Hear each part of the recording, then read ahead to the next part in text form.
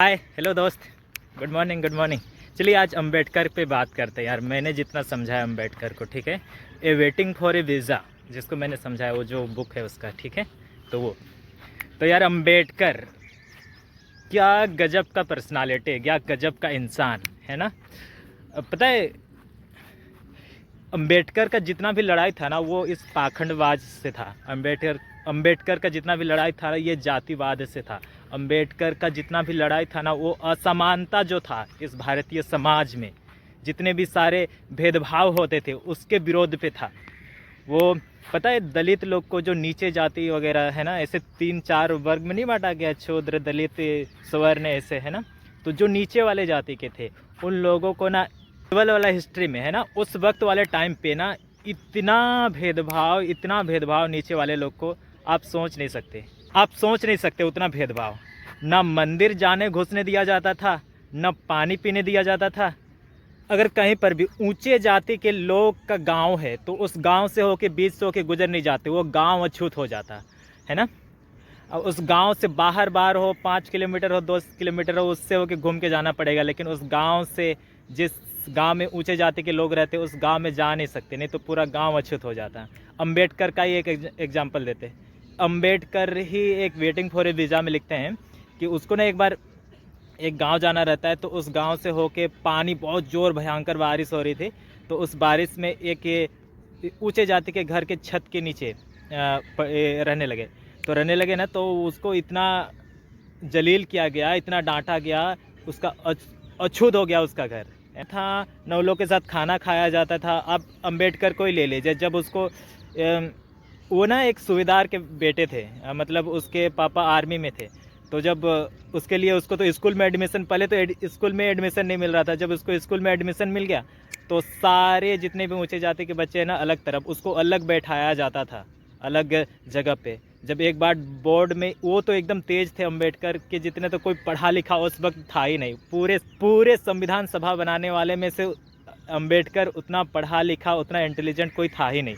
तो जब वो स्कूल में बोर्ड में लिखने गए ना, तो सारे जितने छोटे छोटे बच्चे थे ना, वो एक छोटे बच्चे को भी ये भर दिया जाता था कि ना तुम नीचे जाति वालों के साथ नहीं रह सकते हो। उन लोगों को आज सारा टिफिन, सारा बैग अलग कर लिया जब वो श्यामपट पे लिखने गए, ताकि अछूत हो जाए। पानी पीने के लिए एक बार जब वो अम्बेडकर जा रहे थे, हाँ अम्बेडकर यहाँ पे प्रतिनिधित्व कर रहे नीचे जाति का, ठीक है ना, केवल अम्बेडकर नहीं।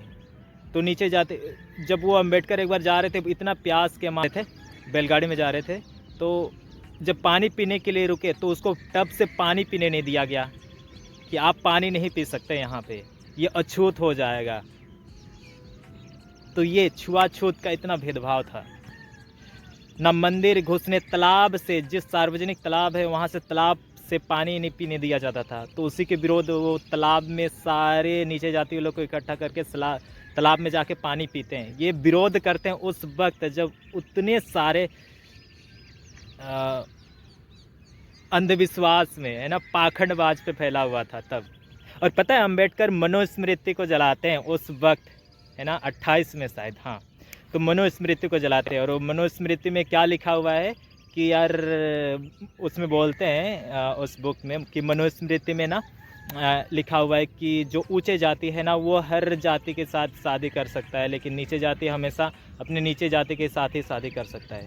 और मनुस्मृति में तो ये भी लिखा हुआ है ना कि चाहे पति कैसे भी हो, है ना, वो नपुंसक हो, वो लंगड़ा लूढ़ा हो, चाहे कुछ भी हो, शादी एकदम बचपन में कर दिया जाता था, बाल विवाह हुआ करता था। गांधी का भी शादी एकदम 14-15 साल में हुआ था उस वक्त, है ना। तो ये तो उतना छोटा में ही शादी, वो पति कैसे भी हो, पति देवता है, उसको पूजा करना चाहिए, ये मानता था। मतलब लड़की लोग को तो गजब लेवल का दबाया जाता था।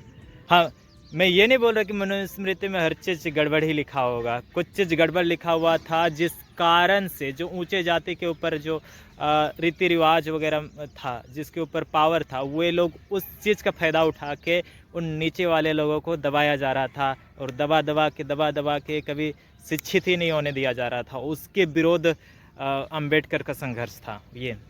तो अगर किसी को लगता है कि अम्बेडकर तो नहीं आरक्षण वाले थे यार नहीं अंबेडकर इससे भी महान, ये आरक्षण तो ये एक प्रोसेस था कि मान लेते हैं एक दीवार है और उस दीवार से 6 फुट वाला आदमी उस पार जो मैच चल रहा है उसको देख सकता है, लेकिन एक 3 और 4 फुट वाला आदमी नहीं देख सकता है। तो उसको भी पुश करके उस 6 फुट को इक्वल में लाया जाए, पुश करके थोड़ा धकेल दिया जाए, उसके अंदर उसके नीचे एक टूल लगा दिया जाए तो उसमें भी समानता आ जाए। बस आरक्षण तो ये है ना। मुझे लगता है अंबेडकर का जो भी विरोध करता है ना, वो अंबेडकर का 5 लाइन ना पढ़ा होगा, 10 लाइन ना पढ़ा होगा। और अगर अंबेडकर को समझाए, अंबेडकर को पढ़े हैं तो कभी विरोध कर ही नहीं सकता। इतना जो जलील किया जाता था ना नीचे जाति को, वो, और उसके बाद नीचे जाति को वो लोग को भी, है ना। और ना लड़की लोग को शिक्षा का अधिकार था ना नीचे जाति लोग को। हजारों सालों तक यहाँ पे जो नीचे जाति के तबके के जो है ना, वो लोग को शिक्षित ही नहीं किया गया, पढ़ने का हक ही नहीं था, है ना। न पानी पीने का हक, न शिक्षित होने का हक, किसी का हक नहीं।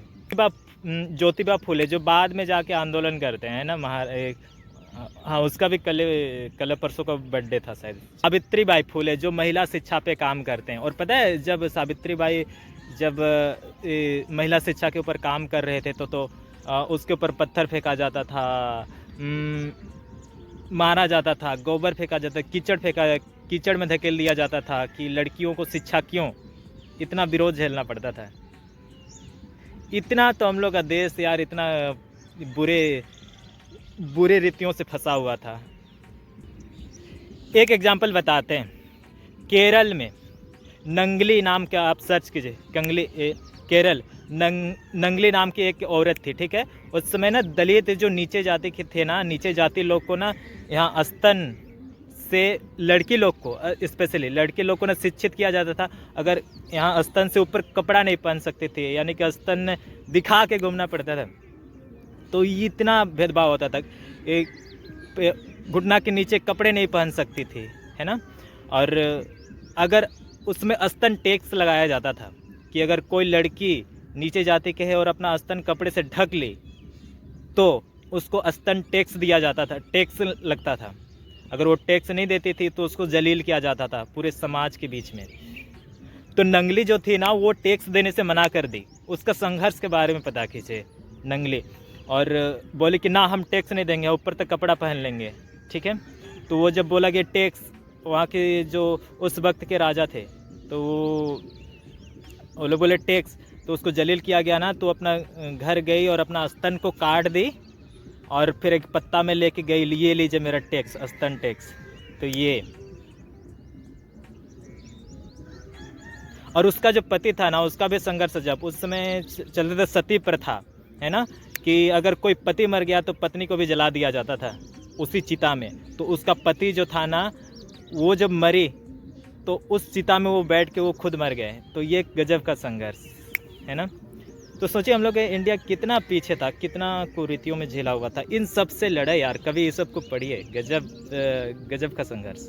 और उस वक्त ना ऐसे हैंड जो है ना, ऐसे हैंड में ऐसे लकड़ी, ऊंचे जाति के लोग ना ऐसे हैंड में ऐसे लकड़ी लेते थे और उसमें लकड़ी होता था, और कोई लड़की अगर स्तन से ऊपर अगर कपड़ा पहनी है ना, तो वहीं पे ऐसे लकड़ी से ऐसे हैंड में और लकड़ी से फाड़ दिया जाता था। और हाथ से ना छुए, क्योंकि हाथ से छुएगा तो वो अछूत ना हो जाएगा। तो ऐसे, और उसी बीच सड़क में कहीं पर भी अगर कोई लड़की को ऊपर स्तन तक कपड़ा पहने हुए देखे तो बीच सड़क में ही कहीं पर भी चौक चौराहे में ही वो कपड़ा फाड़ दिया जाता था। इतना तो यार भेदभाव होता था। और एक बात बताते हैं, अम्बेडकर उतना डिग्री किसी के पास नहीं, इतना इकोनॉमिक्स में, पॉलिटिकल साइंस में उस वक्त उतने सारे डिग्री लेके आए थे। और बोला जाए 60 देशों का संविधानों का अध्ययन करने के बाद जो ये संविधान बना है वो बना है, तब जाके इतना डाइवर्स कल्चर में, इतना डाइवर्स देश में इतना एकता में बंध पाए हैं। उसको जब विदेश पढ़ने जा रहे थे ना, तो एक राजा से उसको स्कॉलरशिप मिला था, और वो स्कॉलरशिप जब पढ़ के आए थे तो उसी राजा के वहाँ पे आर्मी के पद पे वो बहाल हुए, ऑफिसर बने। तो जब वो आर्मी के पद पे बहाल हुए ना, तो वहाँ पर भी भेदभाव उसको झेलना पड़ा, कि वहाँ पर भी फाइल फेंक के दिया जाता था, कुर्सी में बैठने नहीं दिया जाता था, है ना। वो भी ऑफिसर बन गए थे तब भी। जब वो नौकरी कर रहे थे ना अंबेडकर, तो उसको यार इसीलिए होटल में रूम रेंट नहीं दिया जा रहा था कि वो नीचे जाति के हैं, वो अपने जाति छिपा के रूम रेंट पे रहते हैं। लेकिन वो जब पता चला कि ये नीचे जाति के, तो 1000 आदमी आ जाते हैं उसको मारने के लिए, जलील करने के लिए। वहाँ से धक्के मार के निकाल दिया गया उनको। तो ये इतना तो भेदभाव था। और हाँ, जिसको भी लगता है कि अंबेडकर तो आरक्षण के लिए हैं, बस आरक्षण, अंबेडकर समानता चाहते थे, भेदभाव नहीं चाहते थे। इसलिए आर्टिकल 17, अगर कोई भी भेदभाव करता है तो आर्टिकल 17 जैसे कानून बना, क्या आर्टिकल 15 जिसमें जाति, धर्म, लिंग भेद के आधार पर भेदभाव नहीं कर सकते हैं। अंबेडकर बोलते थे ना, जो धर्म जन्म के आधार पे किसी को ऊंचा और किसी को नीचा बना के रखे, वो कोई धर्म नहीं होता, वो गुलाम बनाए रखने का एक प्रोसेस है ना। और अंबेडकर ये भी बोलते थे कि महिला, जिस समाज की महिला शिक्षित हो गए, उस समाज को विकसित होने में कोई नहीं रोक सकता है ना। अंबेडकर बोलते थे मेरा एकमात्र धर्म है जिस धर्म का नाम है समानता, कोई भेदभाव नहीं। और बाद में लास्ट में वो ये जो सो कॉल्ड धर्म था ना, जो जिसमें भेदभाव होता था, है ना, उसको त्यागते हैं और बौद्ध धर्म अपना लेते हैं। तो ये है अंबेडकर का संघर्ष। कुल मिला के बोले तो अंबेडकर से हम लोग को क्या सीखना चाहिए, ये पाखंडबाज पे नहीं जाना चाहिए, है ना। और महिला शिक्षा के ऊपर जोर देना चाहिए, जो अंबेडकर भी बोलते थे। और समानता, भेदभाव, ये जाति व्यवस्था, है ना, जो एक ऐसा धर्म जिसमें 6000 से आसपास जातियों में विभाजित है, तो उन जाति व्यवस्था को ख़त्म करना चाहिए। तो ये अंबेडकर का सारा संघर्ष था, ये सब हम लोग को सीखना चाहिए। समानता, सब में समानता, इक्वलिटी है।